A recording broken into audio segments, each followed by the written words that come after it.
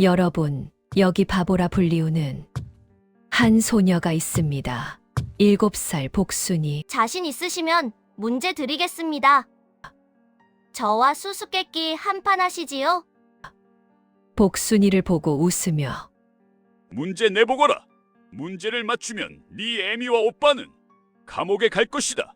가족을 살리기 위해 나선 복순이의 통쾌한 복수극. 지금 시작하겠습니다. 구독과 좋아요는 꼭 눌러주세요. 감사합니다. 옛날 어느 고을에 돈이라면 핏줄도 팔아먹을 지독한 구두쇠 최참봉이 살고 있었습니다. 이 최참봉 내 집 행랑채에는 다 쓰러져가는 헛간이 하나 있었는데 거기가 바로 형수님인 신씨 부인과 조카 칠성이 그리고 막내 복순이가 사는 곳이었습니다. 원래 이 기와집이며 논밭이 다 누구 거였냐? 바로 칠성이네 아버지, 즉 최참봉 형님의 것이었지요. 하지만 형님이 갑작스런 괴질로 세상을 뜨자 이 최참봉 놈이 문서를 싹 다 위조해서 제 것으로 가로챈 것도 모자라 형수와 조카들을 종 부리듯 부려먹고 있는 겁니다. 게다가 형님 제사상조차 제대로 차리지 않으면서 집안 어른 행세는 거드름 피우듯 하고 있었지요. 에잉, 쯧쯧 밥만 축내는 식충이들. 이놈들아, 날 먹여 살린다는 게 얼마나 고마운 일인지나 알기는 아느냐? 최참봉은 마루에 걸터 앉아 곰방대를 뻑뻑 피워대며 소리쳤습니다. 그의 살찐 얼굴에는 탐욕스러운 표정이 가득했고 비단 두루마기 자락은 마당에 먼지 한 톨 묻을세라 조심스럽게 여미고 있었습니다. 마당에서는 17살 난 칠성이가 굵은 장작을 있는 힘껏 패고 있었습니다. 도끼질을 할 때마다 손바닥에 굳은 살이 찢어져 피가 배어 나왔지만 칠성이는 이를 악물고 참았습니다. 그 옆에서는 신씨 부인이 언 손을 호호 불어가며 찬물에 빨래를 하고 있었지요. 겨울 한파에 손은 퉁퉁 부어올랐고 갈라진 손등에서는 피가 맺혀 있었습니다. 그래도 신씨 부인은 한숨만 쉴 뿐 감히 쉴 엄두조차 내지 못했습니다. 그리고 그 옆 풀바닥에는 7살 복순이가 남루한 옷을 걸친 채 콧물을 훌쩍이며 클장난을 하고 있었습니다. 추운 날씨에 제대로 된 옷 한 벌 없어 떨고 있는 모습이 애처로웠습니다. 헤헤, 오라버니, 이거 먹어. 흙밥이야. 흙밥 맛있는 거야. 복순이는 꼬질꼬질한 얼굴로 천진난만하게 웃으며 흙을 정성스럽게 뭉치셔 오빠에게 내밀었습니다. 동네 사람들이 모자라네. 바보 복순이라고 손가락질하는 아이였지만 그 순수한 마음만큼은 누구보다 맑았습니다. 복순아 고맙다. 오라버니가 나중에 맛있는 거 꼭 사줄게. 칠성이는 동생의 머리를 쓰다듬으며 눈시울을 붉혔습니다. 아이고, 내 팔자야 멀쩡한 아들은 머슴살이요. 딸녀는 칠푼이라. 남편 영감님, 저승에서라도 이 꼴 보고 계신가요? 신씨 부인은 복순이를 보며 눈물만 훔쳤습니다. 한때는 양반 부잣집 마님이었던 자신이 이제는 친동생만도 못한 시동생 밑에서 종처럼 살아가는 신세가 되었으니 그 서러움이 오죽했겠습니까? 그러던 어느 날이었습니다.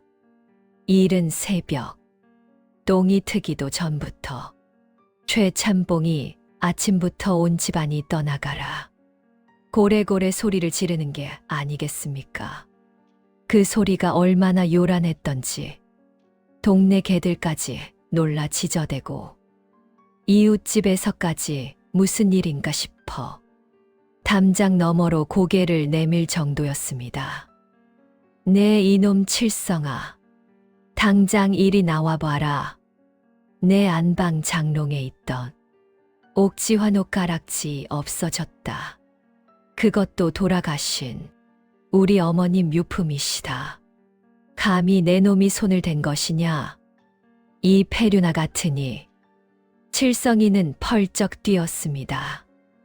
아직 새벽잠이 덜 깬 얼굴로 허겁지겁 마당으로 뛰어나온 칠성이는 황당한 표정을 감추지 못했습니다. 숙부님, 대체 무슨 말씀이십니까? 저는 안방 근처에도 간 적이 없습니다요. 저더러 숙부님 방에 들어가라고 하신 적도 없지 않습니까? 칠성이는 억울함에 목소리가 떨렸습니다. 그도 그럴 것이 최참봉은 평소에도 자기 안방에는 식구들조차 얼씬도 못하게 하며 금은 보화를 쌓아놓고 혼자 새다가 잠드는 사람이었으니까요. 하지만 최참봉은 들은 척도 안 했습니다. 오히려 눈을 부라리며 더욱 목청을 높였습니다. 뭐, 이놈이 아직도 발뺌을 해? 내 놈 말고 누가 우리 집 재물을 노리겠느냐? 내 아비가 남긴 것도 다 먹고 이제 내 것까지 노리는 개로구나. 사실 최참봉은 칠성이 나이가 차가니 혹시나 제 아비 재산을 달라고 따지거나 문서를 다시 살펴보자고 할까봐 미리 쫓아낼 구실을 만든 것이었지요. 게다가 요즘 칠성이가 글 공부를 한다는 소문까지 들리니 더욱 불안했던 겁니다. 혹여 과거라도 보게 되면 자신의 비리가 드러날까 봐 전전긍긍하던 차였습니다. 이놈이 어디서 말대꾸야. 내 주제에 감히 어른께 대들어? 여봐라. 썩 저 놈을 포박해라. 내 오늘 관아에 넘겨서 아주 콩밥을 먹여주마. 도둑질한 놈은 곤장을 쳐야 정신을 차리지. 최참봉의 사주를 받은 머슴들이 미리 준비라도 한 듯 새끼줄을 들고 우르르 달려들어 칠성이를 멍석에 말기 시작했습니다. 칠성이가 아무리 발버둥을 쳐도 힘센 머슴 대여섯이 달라붙으니 꼼짝없이 붙잡히고 말았습니다. 아이고 도련님, 한 번만 봐주십시오. 제발 자비를 베풀어 주십시오. 우리 칠성이가 그럴 애가 아닙니다. 제가 손목을 걸고 맹세합니다. 신씨 부인이 혼비백산하여 최참봉의 바지가랑이를 잡고 매달렸습니다. 머리를 조아리며 눈물, 콧물을 흘리는 모습이 차마 눈 뜨고 볼 수 없을 지경이었습니다. 하지만 최참봉은 매정하게 발로 걷어찼습니다. 에이, 더러운 것들. 손 치워. 어미나 자식이나 도둑놈 핏줄은 어쩔 수 없어. 싹 다 관아로 끌고 가. 저 칠푼이 복순이년도 같이 끌고 갔어서 문초를 받게 해. 복순이는 상황을 제대로 이해하지도 못한 채 울고 있는 어머니와 묶여가는 오빠를 보며 오라버니 어디 가 하고 천진하게 물을 뿐이었습니다. 결국 칠성이와 신씨 부인은 포승줄에 단단히 묶여 관아 마당에 무릎을 꿇렸습니다. 한겨울 찬바람이 휘몰아치는 관아 마당에 차디찬 흙바닥에 무릎을 댄 두 모자는 온몸이 부들부들 떨렸습니다. 주변에는 구경꾼들이 빙둘러 서서 수군거렸고 최참봉은 의기양양한 표정으로 팔짱을 끼고 서 있었습니다. 고을 사또가 높은 자리에서 위엄 있게 내려다보며 위압적인 목소리로 물었습니다. 내 놈이 숙부의 옥지환을 훔친 것이 사실이냐? 임자 없는 재물이 어디 있다고 감히 숙부의 물건에 손을 댔단 말이냐? 사또 나으리 억울합니다. 하늘이 무너져도 솟아날 구멍이 있다 하였습니다. 저는 결코 훔치지 않았습니다. 저는 그 옥지환이 어디 있는지도 모릅니다. 칠성이가 핏기 없는 얼굴로 피를 토하듯 외쳤습니다. 목이 터져라 소리쳤지만 이미 최참봉에게 뇌물을 받은 사또의 귀에는 들리지 않는 듯 했습니다. 그러자 최참봉은 옆에서 비릿한 웃음을 흘리며 이죽거렸습니다. 허허. 사또 나으리 저놈이 어릴 때부터 손버릇이 나빴습니다. 제 압이 없는 티를 저렇게 냅니다요. 형님께서 살아계셨더라면 저놈을 제대로 가르쳤을 텐데 과부 손에 자란 놈이 저 모양입니다. 제가 그동안 형수님과 조카들 뒷바라지 한 것도 생각 못하고 은혜를 원수로 갚는 놈입니다요. 최참봉의 말에 구경꾼 중 몇몇이 고개를 끄덕였습니다. 평소 최참봉이 동네 유지들에게 뇌물을 뿌린 덕분이었습니다. 사또가 험상궂게 눈을 부라리며 형방에게 눈짓을 주었습니다. 이놈이 끝까지 발뺌을 하는구나. 매가 약이다. 저놈이 실토할 때까지 매우 쳐라. 거짓말하는 놈은 뼈가 부서져야 정신을 차린다. 명심하옵니다. 형방이 굵은 곤장을 번쩍 치켜들었습니다. 그 곤장은 사람 허벅지만큼이나 굵고 묵직해 보였습니다. 딱, 딱. 살이 터지는 소리와 함께 칠성이의 처절한 비명소리가 관아 전체에 울려 퍼졌습니다. 한 대, 두 대, 세 대 곤장이 내리칠 때마다 칠성이의 등짝이 찢어지고 피가 튀었습니다. 으악, 억울합니다. 어머니. 아이고, 내 자식. 내 새끼. 차라리 이 애미를 때려 주십시오. 신씨 부인은 기절할 듯 울부짖었지만 형방들이 꼼짝 못하게 붙들고 있었습니다. 그때였습니다. 구경꾼들 틈을 비집고 꼬질꼬질한 옷을 입은 아이 하나가 휘청휘청 튀어나왔습니다. 바로 바보 복순이었습니다. 복순이는 평소처럼 콧물을 훌쩍이며 비틀비틀 걸어가더니 매를 맞고 있는 오빠 앞을 가로막고 섰습니다. 작은 몸으로 오빠를 감싸 안으며 형방의 곤장을 막아섰습니다. 해, 사또 아저씨. 때리지 마. 우리 오빠 안 훔쳤어. 해, 오빠 착해. 복순이가 알아. 사람들이 웅성거렸습니다. 저거 최참봉네 바보 조카딸 아니여? 아이고, 쯧쯧 어린 것이. 뭘 안다고 불쌍하게도. 바보년이 오빠 감싸느라고 저런 애 기특하기도 하지. 에이. 어차피 저 애는 정신이 온전치 못한데 무슨 소용이 있겠어. 구경꾼들은 동정 어린 시선으로 복순이를 바라보았지만 아무도 나서지는 않았습니다.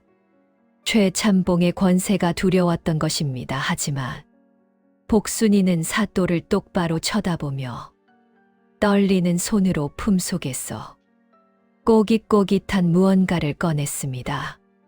그것은 낡은 종이 한 장이었습니다.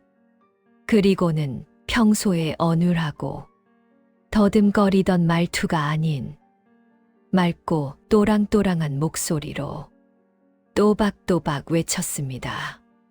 사또 나으리, 제가 수수께끼 3가지를 내겠습니다.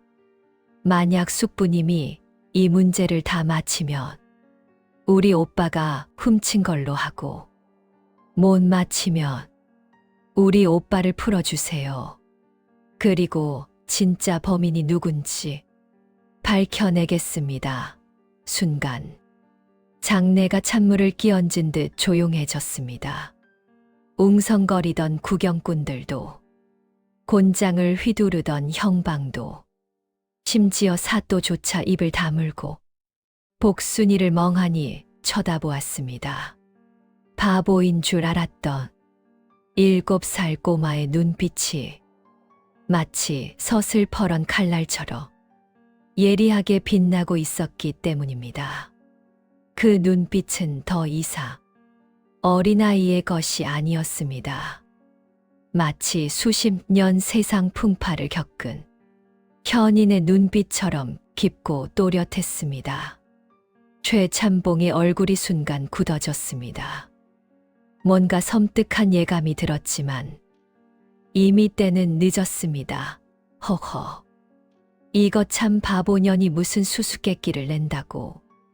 최참봉이 애써 웃음을 지었지만 그의 이마에는 식은 땀이 송글송글 맺혀 있었습니다.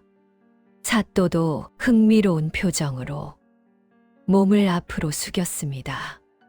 재미있구나, 좋다. 내 수수께끼를 들어보마.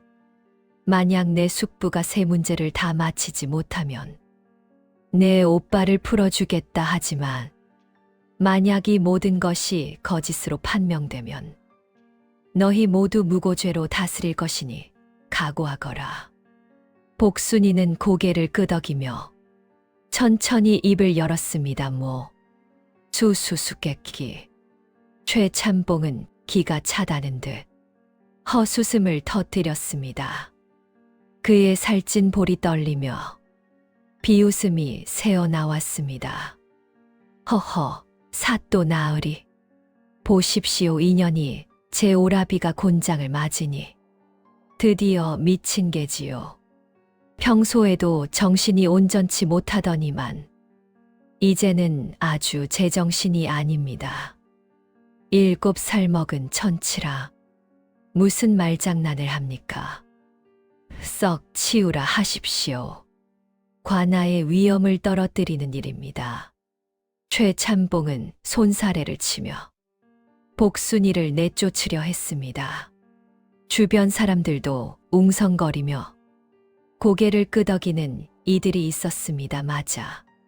저 애는 원래 정신이 온전치 못한 애야. 불쌍하긴 하지만 관아에서 장난칠 곳은 아니지. 하지만 사또의 눈빛은 달랐습니다. 사또는 오랜 세월 수많은 사람을 다스리며 사람의 눈빛을 읽는 법을 익혔습니다.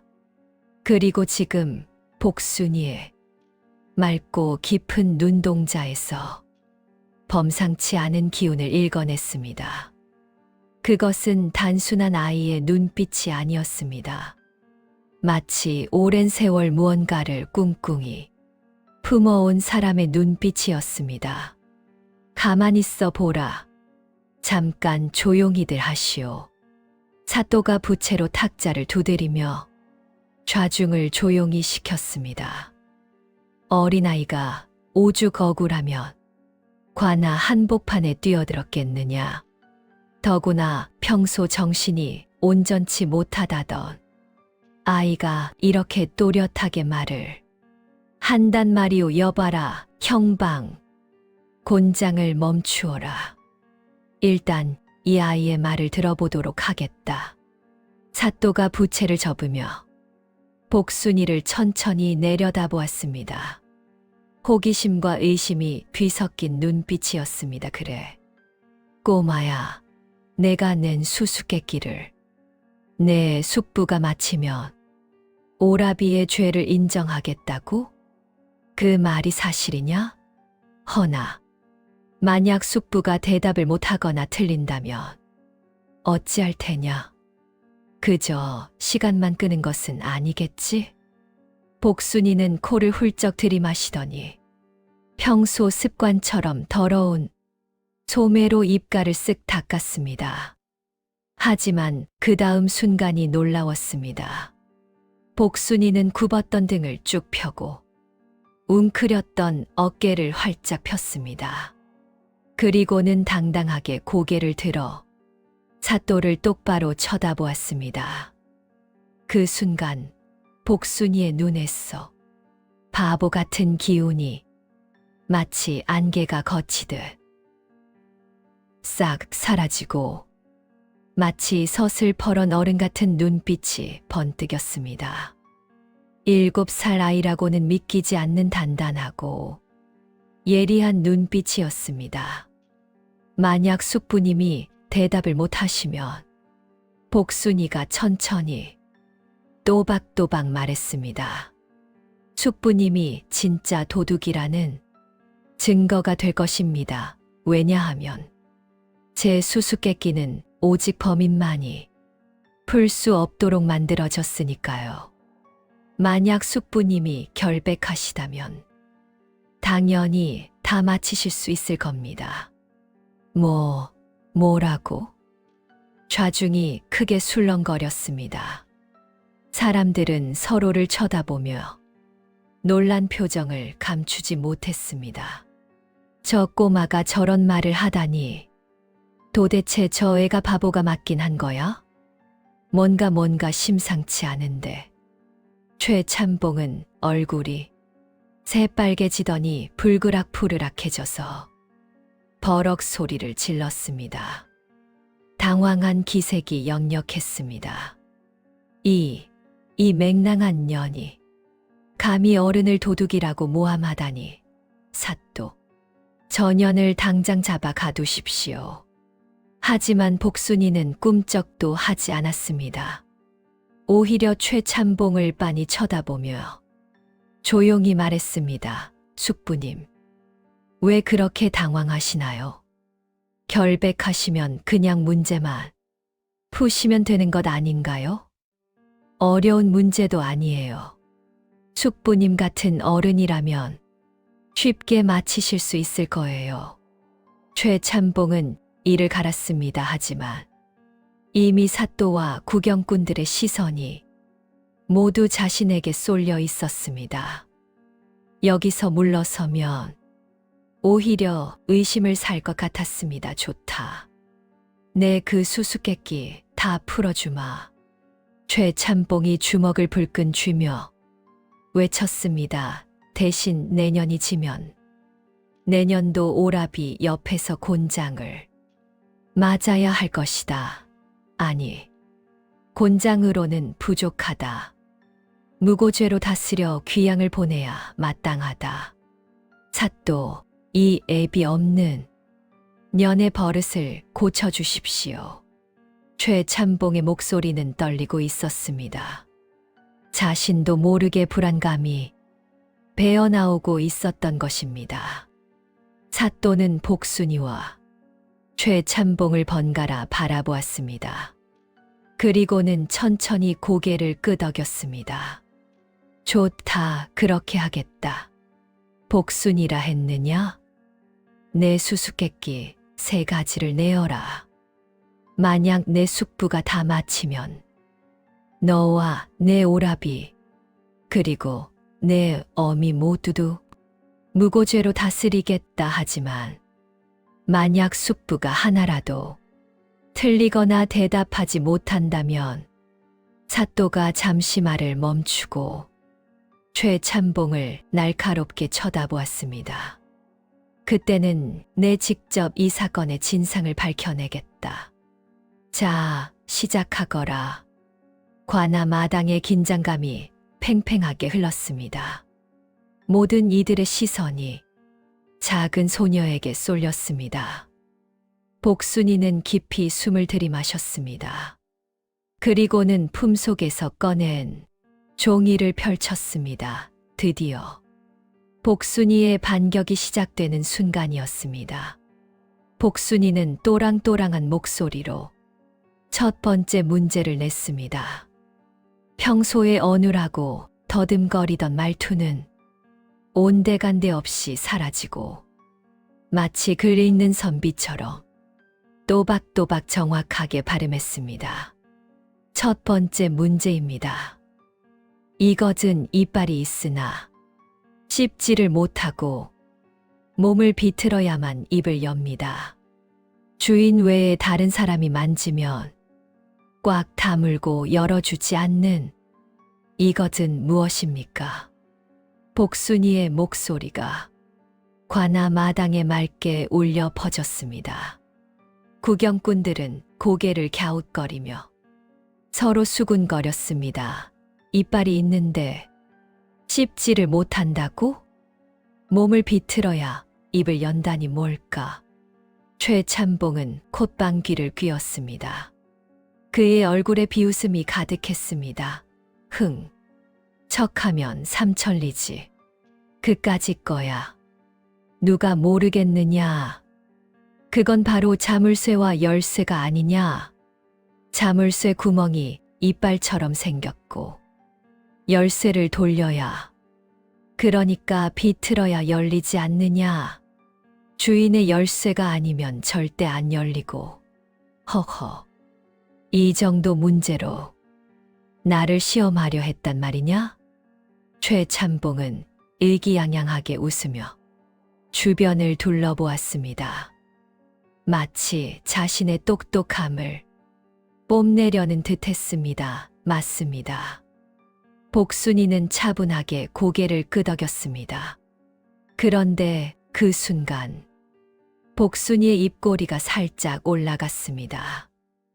마치 함정에 걸려든 짐승을 바라보는 사냥꾼의 미소 같았습니다.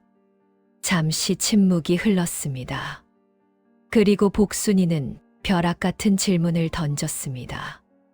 그렇다면 숙부님은 안방 장롱 열쇠를 밥 먹을 때나 잠잘 때나 늘 허리춤에 차고 다니시지 않습니까? 최참봉의 얼굴이 굳어지기 시작했습니다. 복순이는 계속해서 또박또박 말을 이어갔습니다. 어제 저녁에도 허리춤에 열쇠 꾸러미가 딸랑딸랑 소리를 내며 달려있는 걸 제가 똑똑히 봤습니다. 숙부님은 그 열쇠를 단 한 번도 몸에서 떼신 적이 없으시잖아요. 심지어 마당에서 용변을 보실 때도, 목욕을 하실 때도, 주무실 때도 늘 허리춤이나 베개씩 속에 넣어두고 주무시지 않으셨습니까? 구경꾼들이 웅성거리기 시작했습니다. 맞아. 최참봉은 그 열쇠 꾸러미를 늘 차고 다녔어.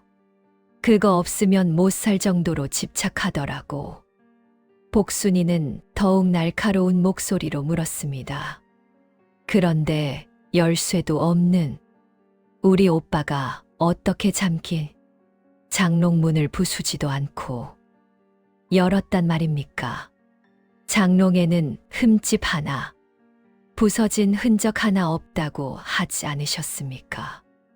열쇠 없이 자물쇠를 어떻게 열 수 있단 말입니까? 헉. 최참봉은 말문이 턱 막혔습니다. 입을 벙긋거렸지만 말이 제대로 나오지 않았습니다. 사람들이 더욱 크게 수근거리기 시작했습니다. 그렇게? 최참봉 저 양반 목욕할 때도 열쇠는 입에 물고 하는 구두쇠잖아. 맞아. 한 번은 목욕탕에서 열쇠 떨어질까봐 입에 물고 있다가 물 들이마시고 살에 들린 적도 있다며. 열쇠 없이 어찌 문을 따. 장롱이 부서진 흔적도 없다며. 이상한데 뭔가 앞뒤가 안 맞잖아? 사또도 날카로운 눈빛으로 최찬봉을 쳐다보기 시작했습니다. 의심의 눈초리였습니다. 최찬봉은 식은땀을 흘리며 더듬거렸습니다. 그의 이마에서는 땀방울이 주르륵 흘러내렸고 손은 부들부들 떨리고 있었습니다. 그건 말이지. 저놈이 꼬챙이 같은 걸로 쑤셔서 열었겠지. 그래, 그럴 거야. 도둑질의 도 같은 놈이니까. 자물쇠 따는 재주도 있을 게 아니냐. 요즘 젊은 놈들은 그런 간악한 재주가 많다고 들었다. 최찬봉이 억지로 목소리를 높였지만 그의 목소리는 점점 떨리고 있었습니다. 하지만 복순이는 고개를 천천히 저었습니다. 숙부님, 우리 오빠는 평생 책만 읽고 농사일만 했습니다. 자물쇠를 따는 법 같은 건 배운 적도 없어요.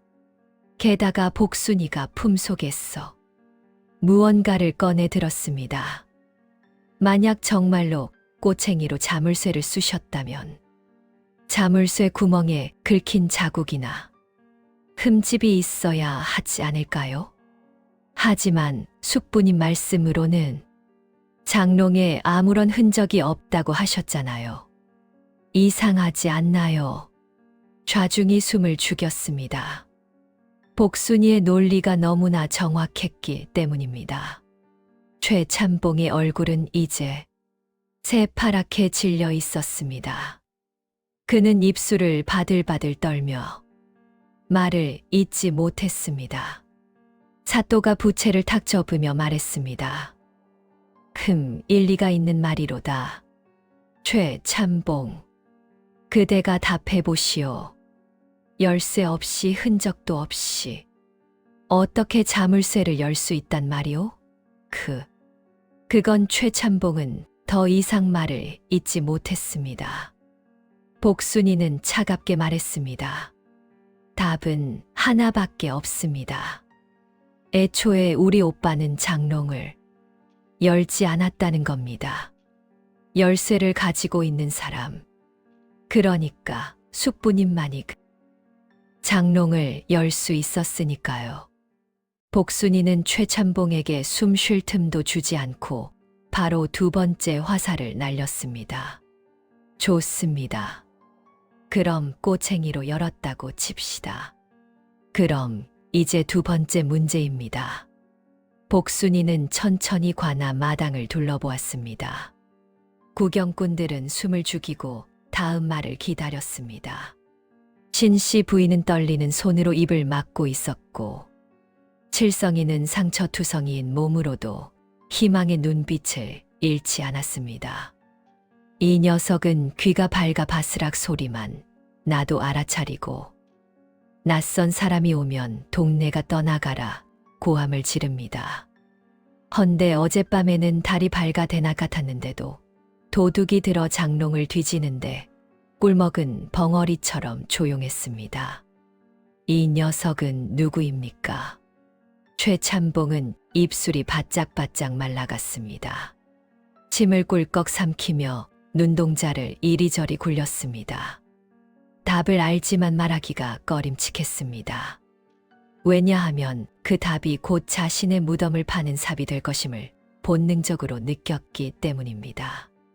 그건 우리 집게 누렁이 아니냐. 최찬봉의 목소리는 거의 모기 소리만큼 작아져 있었습니다. 딩동댕. 복순이의 목소리가 관아 마당을 쩌렁쩌렁 울렸습니다. 마치 종소리처럼 맑고 또렷하게 울려 퍼졌습니다. 맞습니다. 바로 우리 집 누렁이죠. 그런데 말입니다. 숙부님. 복순이는 한 걸음 한 걸음 최찬봉 쪽으로 다가가며 말을 이었습니다. 우리 집 누렁이는 숙부님과 숙모님 발자국 소리만 좋아하고 행랑채 사는 우리 식구가 안채 근처만 가도 잡아먹을 듯이 으르렁거리며 지저대지요. 저번 추석 때도 제가 송편을 가지러 부엌에 갔다가 누렁이한테 물릴 뻔했잖아요. 그때 숙모님이 겨우 말려주셨죠. 구경꾼들이 고개를 끄덕였습니다. 동네 사람들은 모두 최참봉네 누렁이가 얼마나 사나운 개인지 잘 알고 있었습니다. 그런데 말입니다. 어젯밤 도둑이 안방문을 열고 들어가 장롱을 뒤지는 동안 평소 같으면 쥐 새끼 지나가는 소리만 들어도 지저대는 성질. 더러운 누렁이는 왜 단 한 번도 짖지 않았을까요? 숙부님, 이상하지 않으세요? 복순이는 싸늘한 눈으로 최참봉을 쏘아보았습니다. 그 눈빛은 마치 날카로운 칼날처럼 최참봉의 심장을 겨누고 있었습니다. 도둑이 누렁이가 꼬리를 살랑살랑 흔들며 반길 만큼 아주 친한 사람이었기 때문 아닐까요? 아니, 더 정확히 말하면 누렁이의 주인이었기 때문 아닐까요? 와! 구경꾼들 사이에서 탄성과 웅성거림이 터져 나왔습니다. 사람들은 서로를 쳐다보며 고개를 끄덕였습니다. 맞네. 그렇지. 누렁이가 안 짖었다면 집안 사람이지. 그러고 보니 이상한 게 최참봉이 도둑 들었다고 아침에 고함을 질렀는데 누렁이는 멀쩡히 마당에서 놀고 있더라고. 최참봉 자네가 직접 가져가고 조카한테 덮어 씌운 거 아니야? 아이고, 그렇게 재산이 탐났으면 그냥 나눠주지. 왜 형님 자식을 모함까지 해? 최참봉은 다리가 후들후들 떨려 서 있기도 힘들 지경이었습니다. 얼굴은 새파래졌다가 붉어졌다가를 반복했고 이마에서는 땀이 비 오듯 쏟아졌습니다. 아니야. 그게 어제 누렁이가 유난히 깊게 잠들어서. 그래, 체했었나 봐. 낮에 뼈다귀를 많이 먹어서 배탈이 났던 모양이야. 최참봉의 변명은 점점 더 궁색해졌습니다. 사또가 부채로 책상을 탁 하고 세게 내리치며 호통쳤습니다. 변명이 구차하다. 최참봉, 이미 승패는 기울어진 것 같구나. 첫 번째 문제에서는 열쇠가 없는 자가 어찌 자물쇠를 열었는지 설명하지 못했고, 두 번째 문제에서는 개가 왜 짖지 않았는지 제대로 된 답을 내놓지 못했구나. 마지막 세 번째 문제도 들어보겠느냐? 아니면 지금이라도 이실직고하겠느냐? 사또의 목소리에는 분노가 섞여 있었습니다. 자신도 이제 최참봉의 간계를 눈치챈 것입니다. 최참봉은 이대로 물러설 수 없었습니다. 여기서 밀리면 재산이고 뭐고 다 뺏기고 옥살이를 할 판이었습니다. 아니, 형님의 재산을 가로챈 것까지 밝혀지면 목숨도 장담할 수 없었습니다. 듣겠습니다. 마지막 문제 내놔보라고. 그까짓 거 내가 못 맞힐 줄 알고. 7살 먹은 바보년이 낸 문제를 내가 못 풀겠어. 최참봉은 악에 받쳐 소리쳤습니다. 하지만 그의 목소리는 이미 떨리고 있었고 두 주먹은 부들부들 떨리고 있었습니다. 복순이는 이미 회심의 미소를 짓고 있었습니다. 입꼬리가 살짝 올라간 그 미소는 마치 사냥꾼이 드디어 짐승을 덫에 몰아넣었을 때 짓는 미소와 같았습니다.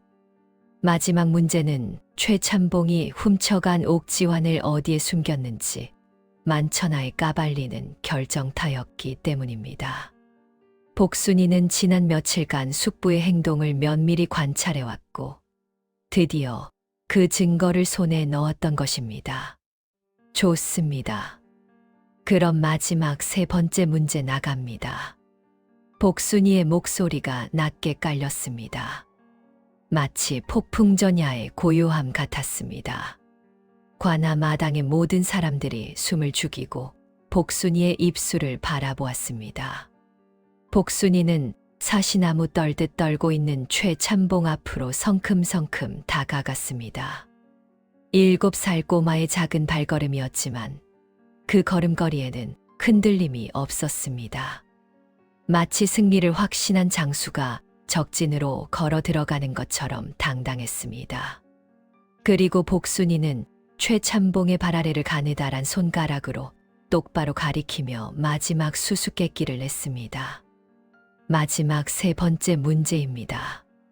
복순이의 목소리는 낮고 차분했지만 그 안에는 날카로운 칼날 같은 기운이 서려 있었습니다. 이곳은 아주 캄캄하고 축축한 동굴입니다. 입은 있으나 말은 못하고 지독한 냄새가 진동을 하지요. 도둑은 훔친 보물을 아무도 생각하지 못할 하지만 자기만은 가장 믿을 수 있는 이곳에 숨겨두고 한 발자국도 떨어지지 않고 밤낮으로 함께 다닙니다. 구경꾼들은 고개를 갸웃거렸습니다. 캄캄하고 축축한 동굴이라니. 창고 아니면 우물? 냄새가 난다는데 그게 뭘까? 복순이는 고개를 살짝 갸웃하며 최참봉의 눈을 뚫어져라 쳐다보았습니다. 그 눈빛에는 모든 것을 꿰뚫어 보는 듯한 서늘함이 깃들어 있었습니다. 숙부님, 오늘 아침부터 유독 왼쪽 다리를 절뚝거리시더군요. 평소에는 멀쩡하신데 오늘따라 이상하시더라고요. 관절이 아파서가 아니라 발바닥에 밟히는 딱딱한 옥지환이 불편해서 그런 것 아닙니까? 복순이가 최참봉의 왼쪽 신을 똑바로 가리켰습니다. 답은 바로 신발 속, 버선 속입니다. 도둑이 훔친 물건을 가장 안전하게 숨길 수 있고 절대 몸에서 떨어뜨리지 않을 곳. 바로 자기 발밑 아니겠습니까? 순간 최참봉의 얼굴이 하얗게 질리더니 다 못해 흙빛이 되었습니다. 입술은 파르르 떨렸고 눈동자는 이리저리 흔들렸습니다. 이 인연이 미쳤나? 내 버선 속에 뭐가 있다고? 근거도 없이 함부로 어른을 모욕하다니. 최참봉이 황급히 뒷걸음질을 치려 했습니다. 하지만 이미 뒤에는 구경꾼들이 빽빽이 둘러서 있었습니다. 사또가 눈을 부릅뜨며 포졸들에게 눈짓을 했습니다. 여봐라, 당장 저 자를 붙잡아 왼쪽 버선을 벗겨보아라. 만약 정말로 옥지환이 나온다면 이는 명백한 자작극이 아니겠느냐. 사또의 목소리에는 분노가 가득했습니다. 자신이 뇌물에 넘어가 억울한 백성을 칠 뻔했다는 사실에 치가 떨렸던 것입니다. 사또, 이건 모함입니다. 바보년의 말을 어찌 믿으십니까? 최참봉이 발버둥을 쳤지만 포졸 서너시 달려들어 그를 꼼짝없이 붙들었습니다. 이거 놔. 이거 못 놓느냐. 감히 양반의 몸에 손을 대. 최참봉은 있는 힘을 다해 발버둥을 쳤습니다. 팔을 휘젓고 다리를 버둥거렸지만 장정 2명인 포졸들의 힘을 당해낼 재간이 없었습니다. 평소 몸을 쓰지 않고 방 안에서 돈만 세던 최참봉은 금세 기운이 빠져버렸습니다. 하하, 양반이라고.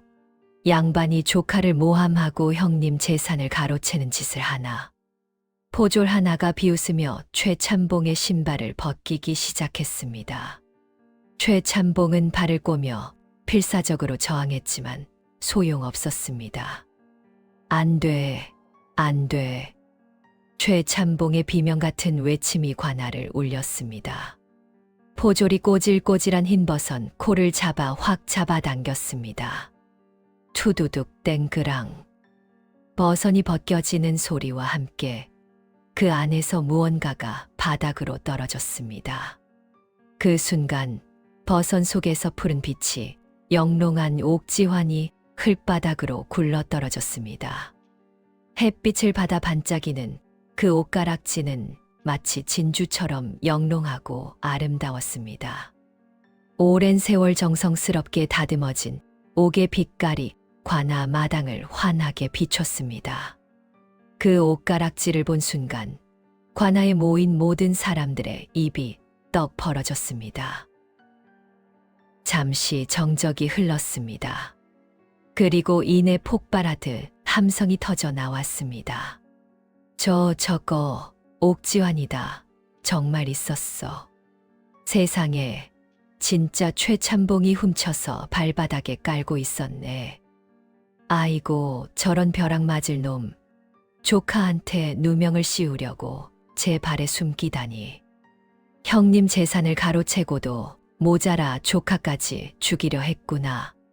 저런 인간 말종이 세상에 어디 있어. 저게 사람이야. 짐승이지. 구경꾼들의 비난이 빗발쳤습니다. 손가락질이 사방에서 쏟아졌습니다. 최참봉은 그 자리에 주저앉아 넋이 나간 사람처럼 입만 벙긋거렸습니다. 얼굴은 잿빛으로 변했고 온몸에서 힘이 쭉 빠져나갔습니다. 아니야. 이건 더 이상 변명조차 할 수 없었습니다. 칠성이는 멍하니 바닥에 떨어진 옥지환을 보다가 그만 눈물을 주르르 흘리며 울음을 터뜨렸습니다.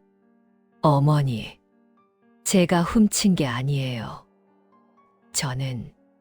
저는 정말 훔치지 않았어요. 곤장을 맞아 피투성이가 된 등을 부여잡고 흐느끼는 칠성이의 모습에 주변 사람들도 눈시울을 붉혔습니다. 신씨 부인도 달려와 칠성이를 끌어안고 목 놓아 통곡했습니다. 그래, 내 새끼. 어미가 다 안다. 내가 그런 짓을 할 리가 없지. 어미가 너를 못 지켜줘서 미안하다. 모자가 서로를 껴안고 우는 모습에 관아 마당은 숙연해졌습니다. 복순이도 오빠와 어머니에게 달려가 작은 팔로 두 사람을 껴안았습니다. 평소의 바보 같은 모습은 온데간데 없고 눈물을 글썽이며 가족을 위로했습니다. 오빠, 이제 괜찮아요. 엄마, 울지 마세요. 복순이가 다 해결했어요. 사또는 그 광경을 지켜보다가 부채로 책상을 3개 내리쳤습니다. 최참봉, 내 이놈, 내 죄가 무엇인지 아느냐? 사또 박문수는 흙바닥에 떨어진 옥지환을 천천히 주워들고 최참봉을 내려다보았습니다.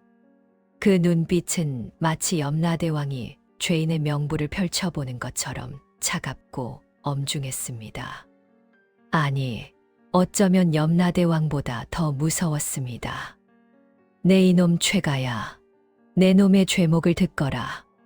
사또의 목소리가 천둥처럼 울려 퍼졌습니다.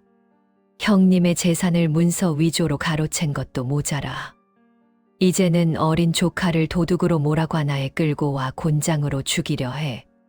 형수와 조카들을 종부리듯 하고 급기야 7살 어린 조카딸까지 능멸하려 했으니 내 놈의 탐욕이 하늘을 찌르는구나. 이게 사람이 할 짓이냐? 최참봉은 그제야 자신의 처지를 깨닫고 사태를 제대로 파악했습니다. 이대로는 재산은커녕 목숨조차 부지하기 어렵겠다는 생각이 들자 급히 사또의 바지가랑이를 붙잡고 빌기 시작했습니다. 사또 나으리, 한 번만, 단 한 번만 용서해 주십시오. 제가 잠시 귀신이 씌었나 봅니다. 마음이 흐려져서 그만. 살려주십시오. 제발요. 최참봉은 이마가 터지도록 땅바닥에 머리를 찌으며 애원했습니다. 콧물과 눈물이 범벅이 된 얼굴로 용서를 구했지만 이미 때는 늦었습니다. 하지만 사또는 단호하게 부채를 휘둘렀습니다. 닥쳐라. 내 놈 같은 자에게 용서는 없다. 사또의 목소리는 단호했습니다. 여봐라. 이 파렴치한 자를 당장 형틀에 단단히 묶어라. 무고한 조카를 모함한 죄, 어린 조카딸을 능멸하려 한 죄, 그리고 돌아가신 형님의 재산을 부당하게 착복한 죄를 물어 곤장 50대를 매우 쳐라. 그리고 형방은 지금 당장 이자의 집으로 가서 위조된 문서들을 모두 찾아내어 원래 주인인 신씨 부인과 칠성이에게 돌려주도록 하라. 명을 받들겠습니다. 포졸들이 일제히 대답하고 최참봉을 끌어냈습니다. 내 이놈, 내 놈의 죄를 똑똑히 새겨라. 매우 쳐라. 사또의 호령이 떨어지자마자 형방이 굵은 곤장을 높이 치켜들었습니다. 짝. 으악. 잘못했습니다. 짝. 살려주십시오. 사또. 짝. 제발. 아까 칠성이가 억울하게 맞던 바로 그 자리에 묶인 주최. 참봉의 볼기짝 위로 곤장이 무자비하게 춤을 추기 시작했습니다. 한 대, 두 대, 세 대. 곤장이 내리칠 때마다 최참봉의 살이 터지고 비명이 터져 나왔습니다. 그 소리가 어찌나 찰지고 시원하던지 구경하던 백성들이 박수를 치고 덩실덩실 어깨춤을 출 지경이었습니다. 잘한다. 잘해. 속이 다 시원하다. 저런 놈은 100대를 때려도 시원찮아. 복순이 만세. 꼬마 명탐정 만세. 사또 나으리 만세. 암행어사 만세. 백성들의 환호성이 관아를 가득 채웠습니다. 복순이는 오빠 칠성이의 품에 폭 안겨 곤장을 맞으며 비명을 지르는 삼촌을 물끄러미 바라보았습니다. 그리고는 씩 하고 미소를 지었습니다. 그 미소는 더 이상 바보의 텅 빈 웃음이 아니었습니다. 그것은 정의를 실현한 자의 당당한 미소였고 가족을 지켜낸 용기 있는 아이의 미소였으며 악을 응징한 지혜로운 자의 미소였습니다. 신씨 부인은 칠성이와 복순이를 양팔로 꼭 껴안으며 하염없이 눈물을 흘렸습니다. 고맙다, 복순아. 내가 아니었으면 우리 칠성이가. 괜찮아요, 엄마. 이제 다 끝났어요. 우리 이제 우리 집으로 돌아가요. 복순이의 맑은 목소리가 따뜻하게 울려 퍼졌습니다.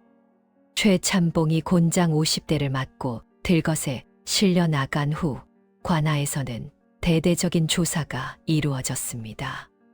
사또 박문수는 직접 최참봉의 집으로 행차하여 형방들과 함께 구석구석을 뒤지기 시작했습니다. 최참봉이 그토록 아끼던 안방 장롱을 열자 그 안에는 금은보화가 가득 쌓여 있었습니다. 형방이 최참봉의 비밀 금고를 뒤져보니 놀랍게도 형님의 유언장을 조작하고 땅 문서를 위조한 증거가 줄줄이 나왔습니다. 마치 사탕 쏟아지듯 온갖 범죄의 증거들이 쏟아져 나왔지요. 이것 보시오. 여기 원본 유언장이 있습니다. 여기에는 최참봉이 인장을 위조한 도장도 있습니다. 아이고, 이건 또 뭡니까? 논반 문서를 고친 흔적이 역력하네요. 형방들이 발견한 증거물들을 하나하나 꺼낼 때마다 최참봉의 죄상이 더욱 분명해졌습니다. 옳거니 이제야 진실이 밝혀졌구나. 이 집안의 진짜 주인은 신씨 부인과 그 자제들이었구나. 최참봉 이놈은 형님이 돌아가시자마자 모든 걸 가로챈 역적이로다. 사또의 목소리가 집안 가득 울려 퍼졌습니다. 다음 날 밝은 아침 햇살이 비치는 가운데 신씨 부인과 칠성이 그리고 복순이는 더럽고 누추한 헛간에서 나와 당당하게 안채로 들어갔습니다. 얼마나 오랜만에 밟아보는 대청마루인지 신씨 부인의 발걸음은 조심스러웠습니다. 마치 꿈을 꾸는 것만 같았습니다. 신씨 부인은 기와집 대청마루에 무릎을 꿇고 앉아 나무 기둥을 어루만지며 하염없이 눈물을 흘렸습니다. 여보, 당신 들리시나요? 드디어 우리가 집을 되찾았어요. 우리 아이들이 이제 제자리를 찾았답니다.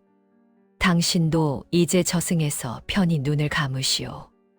더 이상 걱정하지 마세요. 신씨 부인의 목소리는 울음으로 떨렸지만 그 안에는 안도감과 기쁨이 함께 담겨 있었습니다. 칠성이는 부엌으로 들어가 쌀독 뚜껑을 열어보았습니다. 그 안에는 하얀 쌀이 가득 채워져 있었습니다. 지난 몇 년간 보리밥과 풀죽으로 연명하던 그들에게 이 하얀 쌀은 마치 보석처럼 귀하게 보였습니다. 칠성이는 쌀 한 줌을 떠서 복순이에게 보여주며 동생의 작은 손을 꼭 잡았습니다. 복순아, 고맙다. 정말 고마워. 내가 아니었으면 우리 가족은 다 죽었을 거야. 오라비가 평생 너를 지켜주마. 내가 원하는 건 뭐든 다 해주마. 오라비가 평생 너를 업고 다니마. 칠성이의 목소리는 감격으로 떨렸고 눈에서는 뜨거운 눈물이 주르르 흘러내렸습니다. 복순이는 오빠의 손을 꼭 잡으며 환하게 웃었습니다. 오빠, 이제 우리 진짜 쌀밥 먹을 수 있어. 흰 쌀밥. 그럼 매일매일 배불리 먹을 수 있어. 그리고 복순이, 내가 입고 싶은 예쁜 옷도 사줄게. 신발도 사주고 맛있는 것도 많이 사줄 거야. 가족 셋은 서로를 꼭 껴안고 기쁨의 눈물을 흘렸습니다. 그동안 쌓였던 서름과 억울함이 모두 녹아내리는 순간이었습니다. 그날 저녁 신씨 부인은 처음으로 안방에서 편히 잠을 청했고 칠성이와 복순이도 따뜻한 방에서 포근한 이불을 덮고 잠들 수 있었습니다. 오랜만에 찾아온 평화로운 밤이었습니다. 그날 이후 복순이는 더 이상 바보라고 놀림받지 않았습니다. 동네 사람들은 복순이를 보면 손을 흔들며 반갑게 인사를 건넸고 아이들은 복순이와 함께 놀고 싶어 했습니다. 오히려 고을 제일 가는 신동, 작은 명탐정이라 불리며 온 동네 사람들의 귀여움을 독차지했지요.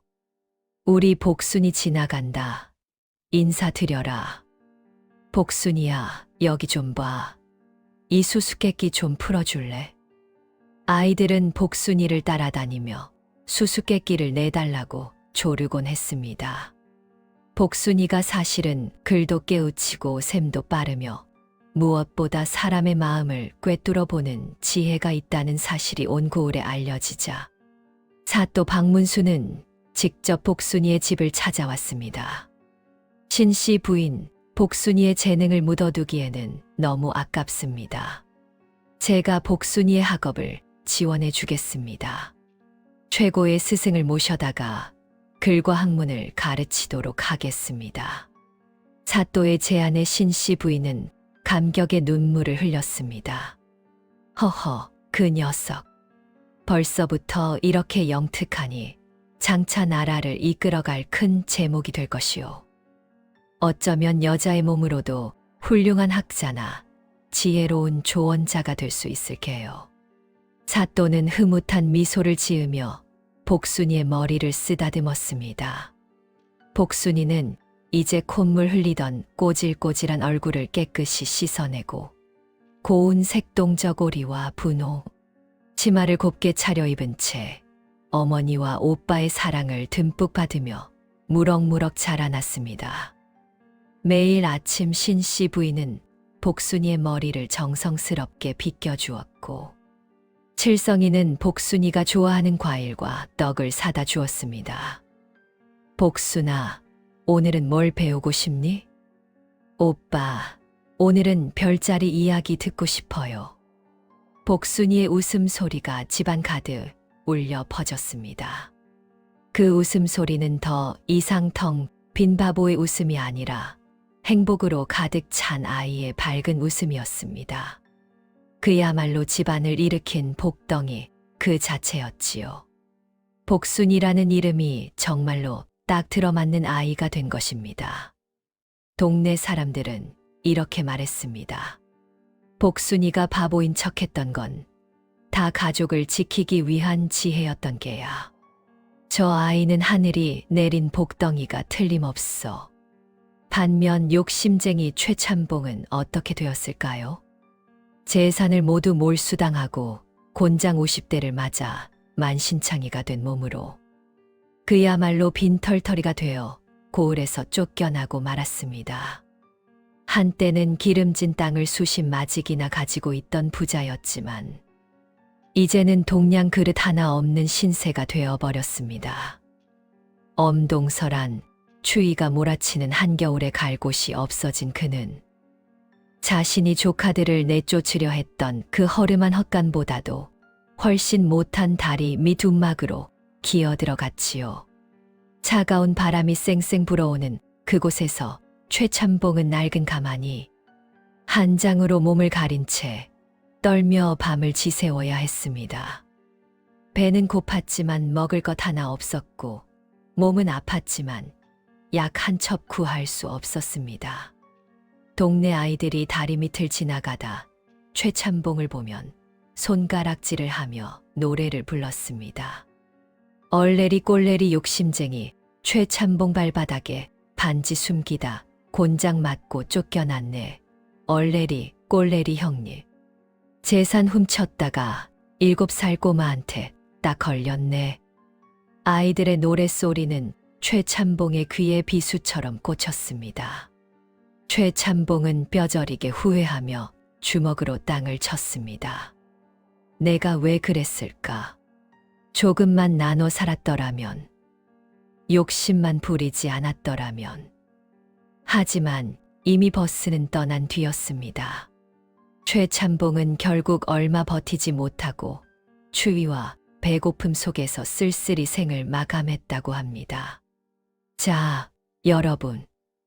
오늘 이야기 어떠셨습니까? 7살 꼬마라고 무시하던 복순이가 그 작은 입으로 거대한 악당을 무너뜨리는 모습 정말 통쾌하지 않으셨습니까? 이 이야기가 마음에 드셨다면 구독과 좋아요 꼭 눌러주시는 센스 잊지 마세요.